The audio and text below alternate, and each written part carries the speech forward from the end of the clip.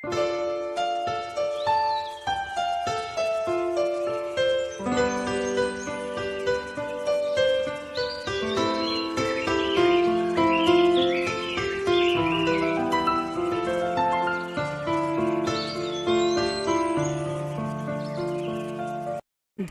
we need to do to take back our country.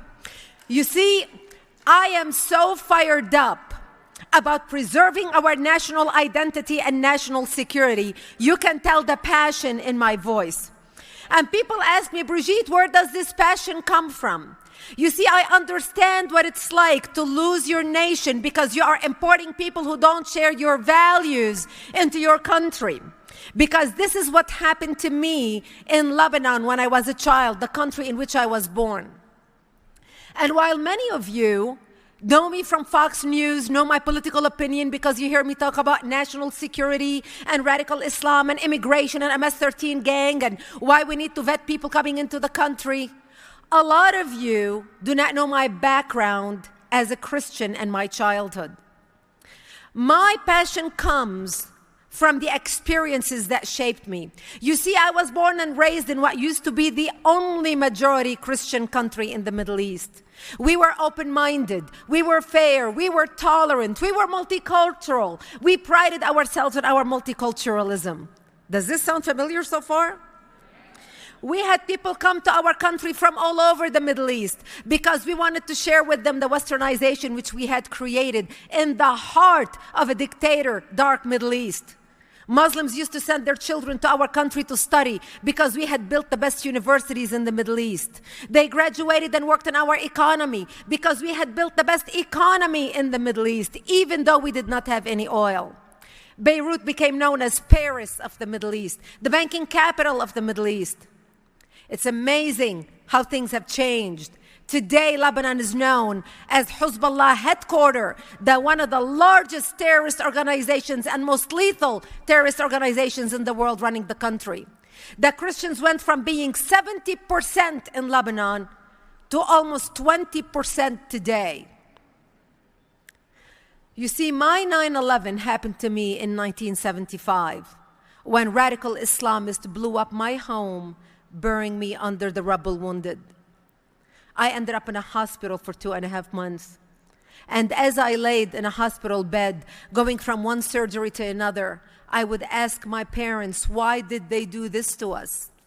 And my father would tell me, because we are Christians, the Muslims consider us infidels, and they want to kill us. So I learned since I was a young 10-year-old little girl that I am wanted dead simply because I was born into the Christian faith and lived in a Christian town. I ended up leaving the hospital and coming back home, but my home was no longer the home I left. I ended up living underground in an 8x10 bomb shelter without electricity, without water, and very little food. And that's where I lived for the next 7 years of my life, from the age of 10 till the age of 17, robbed of my youth. To get some food, we would crawl out under the bombs and we would dig out different dandelion and different vegetation that grew around our bomb shelter because it was the only greenery we had to eat. To get some water, we would crawl under snipers' bullets to get some water as we were surrounded by Islamic snipers shooting at us. And every time we left our bomb shelter, we would say our last goodbyes because we did not know if we're going to come back alive or dead just to get a drink of water. And my parents said to me, we lived a long life, you're an only child, you're a young child. We just want you to run. When they come to slaughter us, we'll create a distraction. We just want you to run towards Israel. Go to the Israeli border, run as fast as you can and don't look back. You see, we knew if we run to the Jews and beg for help, the Jews are not going to kill us because we had more shared values with them than we had with the radical Islamists. Thank God I did not have to make that decision that night, because that's the night when Israel came in physically into Lebanon and set up artillery bases around our town to keep us alive and created the security zone and started working with the Christians, trying to help the Christians protect themselves. And we continued living in our bomb shelter till 1982, when Israel came into Lebanon, invaded Lebanon, working with the Christians in Lebanon, helping them take back their democracy and kick out the radical Islamic element that had taken control of the country at that time. By the time 1982, when Israel came in, we had 11 Islamic terrorist organizations operating out of Lebanon, including the PLO. And that's how we came out of the bomb shelter and back to rebuilding our lives. The same refugees that we had taken in, the Palestinian refugees, had destroyed our country.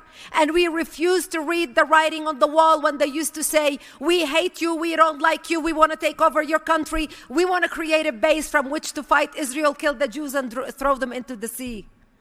And they were able to do it because we didn't believe they actually meant it. We buried our heads in the sand, pretending if we ignore the problem, it'll go away. And by the time we woke up, it was too late. And as I read the news night after night about terrorist activities happening around the world, I started realizing there was a pattern developing. The name of the perpetrators were always Islamic: Ahmed, Muhammad, Hussein, Ali.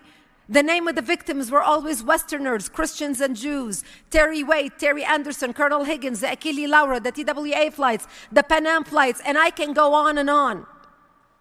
As a matter of fact, in my first book titled Because They Hate, I have pages upon pages where I list all the attacks against the West, where America hit the snooze button and went back to sleep because we did not believe what our enemies were saying.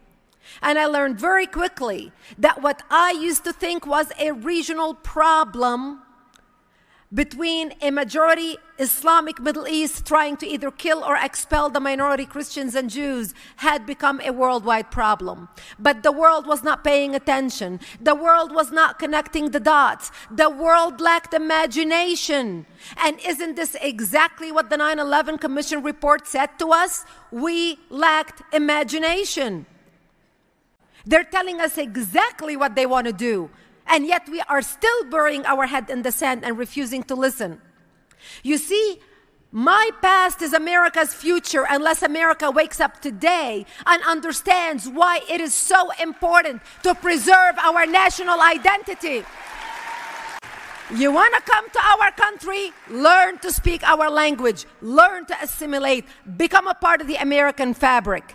I am passionate about this issue because right now in our country, we have people who are coming here who hate us. We welcome them. We bring them as refugees. Look, Ilhan Omar came to this country courtesy of our tax dollars and the goodness of our hard work. She came here on the shoulders of the American people. Yet we have somebody in Congress right now who despises America, or at least who wants to reform America to be in what she believes America should be. And that is not right. We need to all come together and act to save our country. Education is important, but education by itself is not sufficient. Education must be coupled with action.